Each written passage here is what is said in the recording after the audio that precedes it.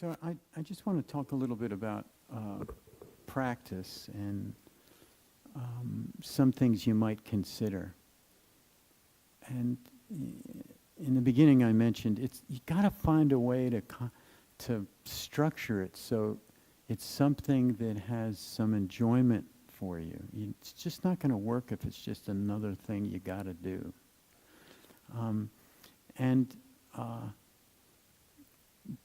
I use the term often, contemplative artist. So whatever art that you're putting together, and however you're painting your canvas, is going to be different. So what's so interesting about meditation is it's not a paint by number. It's not a linear kind of thing. We give some basic stuff, like, okay, what we're doing in meditation is we're training the heart and mind, cultivating actually greater power of kind of concentration, greater power of compassion, loving kindness, etc. And then we're using that in our life. So there's a few things that I just want to highlight.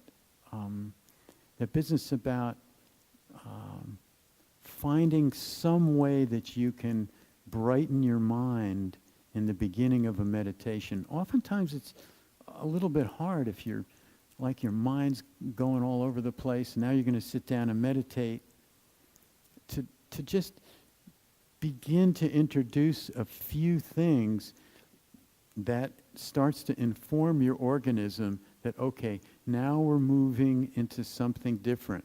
All the survival stuff that's been spinning all day, and I've been scanning everywhere, trying to get everything done and making sure that I'm okay in my employment or in my family or in my tribe, and I'm not going to be thrown into the wilderness. All that kind of base of the brain, amygdala firing. All right, by introducing something that we enjoy a little bit to kind of slow it down, it can be really helpful. And so the gratitude, the Buddha also suggested that you might reflect on your generous acts. Just think about any little bit of generosity that you've done. Could be the most simplest thing. I always use, where it's the summertime, and it rains, and then the sun comes out, and there's some worms that get stuck on the sidewalk. So if you bent down and picked one off and put it in the grass, that's a generous act. It could be as simple as that. But there's something that brightens the system when we think about that. And if we're in that vein, we're more likely to do a generous act. A friend that's hurting, we're a little tired and maybe we want to watch something, we're binge watching, but thinking, all right, I'm just going to pick up the phone and talk to that person. I know they're hurting. I'll miss an episode or whatever. And so that becomes a habit. The mind gets inclined towards generosity.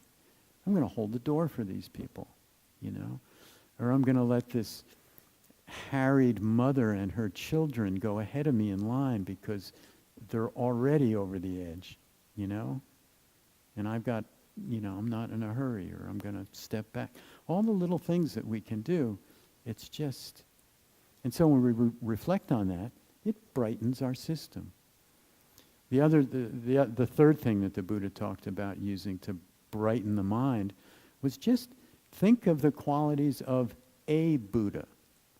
Some being, either somebody that maybe you know, or maybe some saint or sage or Jesus or Mary or Muhammad, or wherever you're inclined to think, wow, the Dalai Lama,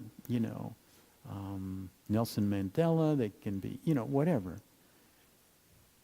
Martin Luther King, or whoever it is for you, and just think, wow, what are the qualities of mind and heart of that individual? And just kind of be with that. And that has a brightening effect. I do something that may be a little silly, but I often will imagine that the Buddha is sitting in front of me. And I imagine, what is the mind of the Buddha like? And that it's kind of beaming into me, and I'm trying to just open to what are all those understandings, all these kind of fabulous teachings that now a lot of modern psychology is kind of grabbing onto and saying, wow, look at this, all this applied Buddhism. So what is the mind of the amount of understanding and the heart of a Buddha, the empathy, the love, the compassion for suffering, and just kind of sitting with that, whoever you might pick, and so that has an uplifting quality. So if that's your start, it's a nice step down from all the stuff in my life, The repeated relaxation through meditation. If you think or have the attitude, I don't care if my mind wanders, just jumping all over. I'm going to wake up and then I'm going to relax for a few moments or a few minutes. I'm going to give that other part of the nervous system a chance. So the meditation period is like, okay, I'm going to really, this is self-care, self-compassion, all the neurological research about taking moments to relax and build the strength of our relaxation response. So it's perfectly okay. The mind wanders. It's going to do what it does. It's checking out all these things for survival. But then when I wake up, now I'm going to kind of soothe myself a little bit. There's oftentimes we can actually notice the tension from thinking, and so inviting a relaxation of the tension of thinking. Maybe those shoulders, which tend to go up with tension, they've gone up like a 0.5 millimeter. Well, maybe we can let them down. Maybe we can bring a softness. The reinstallation of a smile. We might start out, and many meditators like that. Put a little tiny smile on, but then it kind of might disappear.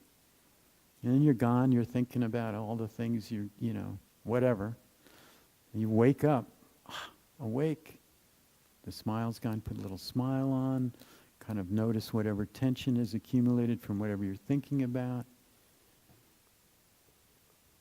Offer ease, in the mind and in the body, taking time. And so it becomes really a time for self-care if relaxation is front and center. And if it's possible to drop all the, I can't do this, my mind's crazy. The mind is doing what it needs to do, or it's trying to help us survive. It's not our enemy in any way. And it's also okay. Sometimes we talk about the meditator's voice in your mind. There's so many guided meditations available. You can listen to them if you'd like. Choose them off the internet or from stuff we have here. Or you can use your own little voice. When you do a body scan and a kind of kindly attentive body scan, you can use a little voice. Forehead, have ease. Eyes, feel the eyes. Smile eyes.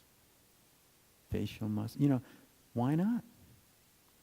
Begin to kind of use that as a support to and using the internal voice and notation. You can use it with a nice, you don't want to use a shouting voice, just a calm voice, like, you hear all these guided meditations from all these different people. They're generally not shouting, and unless you're in the military or something, your sergeant is trying to get you to pay attention. That's a different meditation. And so you're kind of noticing in the body. And sometimes you sit down and you're all amped up.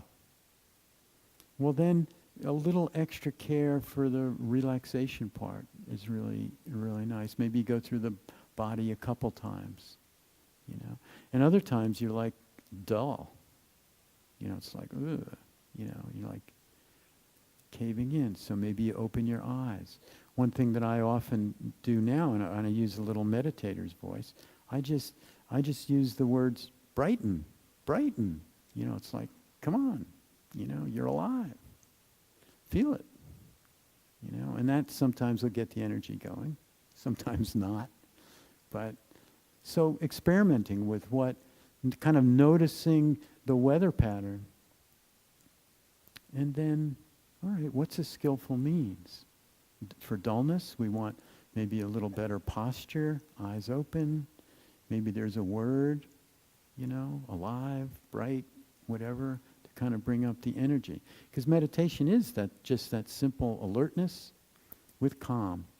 And sometimes we'll notice we got this great calm, but we are sinking away because there's no alertness. And other times we're all, you know, and where's the calm? Well, okay, let's do a little more, you know, purposeful relaxation to kind of bring those energies together. And the last little thing that I want to mention is to reflect on the wholesomeness of what you're trying to do.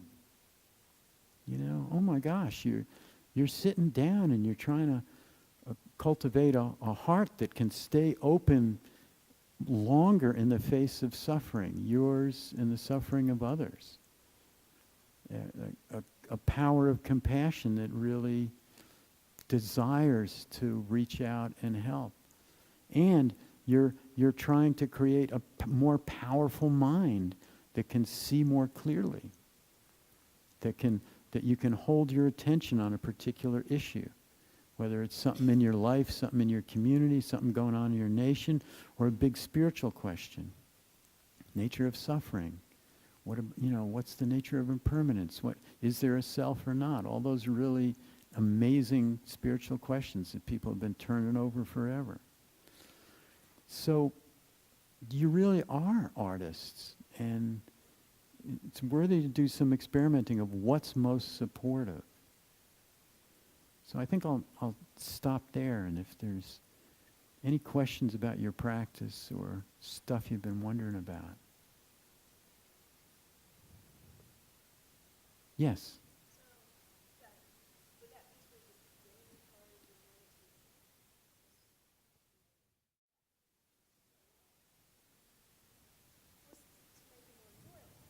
Yeah. Well, maybe just picking one thing that might be interesting to try. You know, and then you'll do it for a while and evaluate it as to whether it's something you want to keep in your repertoire and where it most suits you.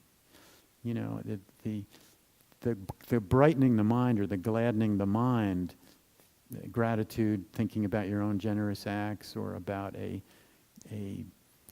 the heart and mind of a Buddha-like person, generally that seems to be a nice way to begin. It kind of sweeps the space clear, especially if you've been worrying and planning and things are very active, and you know, it's a nice way to ease in, kind of step down. And then, you know, some people like body scans. Some people will then use long, deep breathing for a while to kind of calm the system, and then to connect with the anchor. Yeah. It's a lifetime of kind of exploration. That makes it interesting. You know, we're fiddling with our posture. Well, what's the best posture? You know? So we try it, and then we make an adjustment. And then same with techniques. We want to, when we set a technique, it's generally helpful to try to mine it as deeply as it'll go. You know, we fortunately and unfortunately have access to all the wisdom traditions that have ever existed. And we can skip like a stone over a calm lake. from one thing to the next and just wonder why, wow, it's really not affecting my life that much. So you find something, give it a go, mine it deeply, and at some point, months or years after, well, all right, what are the adjustments, we want to make? So it really is fascinating, just the fact we're alive and we're actually trying to do something as extraordinary as, okay, how can I be more compassionate and more loving? Well, what is all that about? And what are all these ancient practices we have to practice? And how can I develop a samadhi or a concentration, the ability to hold that heart and mind so it becomes a powerful instrument of wisdom? And the love and compassion is powerful, and we don't have to turn away so much from our own suffering and the suffering of the world, that we're able to be with it and not be blown away by it. So this is pushing the envelope of, evolution. Yeah. This is our hope for the species, in a way, whatever the contemplative model is. We got to get past where we are, grow. So, any other questions for tonight?